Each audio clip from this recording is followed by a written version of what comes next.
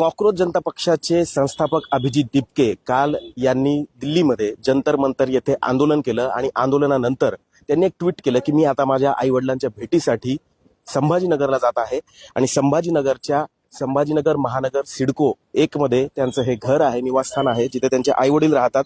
जेव्हापासून दिपकेंनी आंदोलन छेडलं तेव्हापासून त्यांचे आई वडील संपर्काच्या बाहेर होते. दोघांचेही मोबाईल जे आहेत ते बंद होते, कारण अभिजित दिपकेंनी असं सांगितलं की त्यांच्या आई वडिलांना धमकी देण्यात आली होती. दिपकेंनी हेही सांगितलं की जरी ते विदेशात असले तरी त्यांचे आई वडील इथेच आहेत, आम्ही बघून घेऊ, अशा पद्धतीचे ट्विट्स त्यांना आले होते. आणि त्यानंतर त्यांचे आई वडील जे आहेत हे आपल्या निवासस्थानापासून दूर होते. मात्र पहाटे 4-4:30च्या सुमारास अभिजित दिपके या थार गाडीमधून जे आहेत आपल्या निवासस्थानी दाखल झाले आणि त्यानंतर त्यांचं त्यांच्या आई वडिलांनी स्वागत केलं आणि सध्या ते संभाजीनगरमध्ये तळ ठोकून आहेत.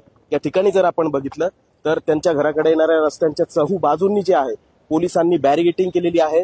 त्याचप्रमाणे सिव्हिल ड्रेसमधल्या पोलिसांचा सुद्धा समावेश आहे आणि वर्दीतल्या पोलिसांचा सुद्धा या ठिकाणी आपल्याला समावेश जो आहे हा बघायला मिळतोय. जवळजवळ 80 अंमलदारांचा फौज फाटा या ठिकाणी जो आहे हा तैनात करण्यात आलेला आहे. अभिजित दिपके यांचे वडील जे आहेत हे याच MIDC मध्ये जे आहेत हे पाणी पुरवठा विभागामध्ये सब इंजिनियर या पदावर होते. ते रिटायर झाले आणि त्यानंतर ते इथं स्थायिक झालेले आहेत. शंकर सदन नावाचं त्यांचं घर आहे. स्वतः MIDC पोलीस स्टेशनचे PI सुद्धा, पोलीस निरीक्षक सुद्धा या ठिकाणी सकाळपासून जे आहेत हे गस्त घालून आहेत आणि सिव्हिल मधले पोलीस आपण या ठिकाणी बघू शकतो. महिला पोलीस असतील त्यांचा इथे मोठा बंदोबस्त आहे आणि कुणालाही परवानगीशिवाय दिपके यांच्या घरामध्ये प्रवेश दिला जात नाहीये. सध्या दिपके जे आहेत हे सकाळी आलेले आहेत आणि दुपारी किंवा संध्याकाळच्या सुमारास ते मीडियाशी बोलतील असे सांगण्यात येत आहे. काल जे त्यांचं आंदोलन दिल्लीमध्ये झालं यानंतर संमिश्र प्रतिक्रिया ज्या आहेत या सगळ्या ठिकाणी उमटलेल्या बघायला मिळालेल्या.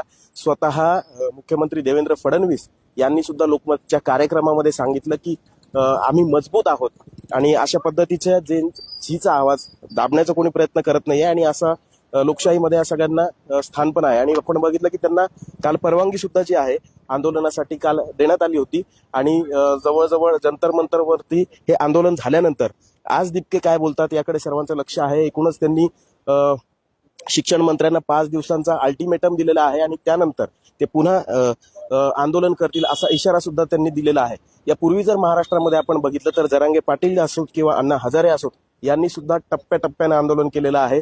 त्याच पद्धतीनं टप्प्याटप्प्यानं आंदोलनाचा सूर जो आहे हा अभिजित दिपके यांचा या ठिकाणी बघायला मिळतोय. आणि सध्या तरी शंकर सदन इथं ते आलेले आहेत आणि कुठलाही लवाजमा न करता पहाटेच्या सुमारास ते आले आणि कुठं ना कुठेतरी त्यांनी हे सुद्धा सांगितलं होतं की वर्षभरापासून ते त्यांच्या आई वडिलांना भेटलेले नव्हते, त्यामुळे ते इथे आलेले आहेत.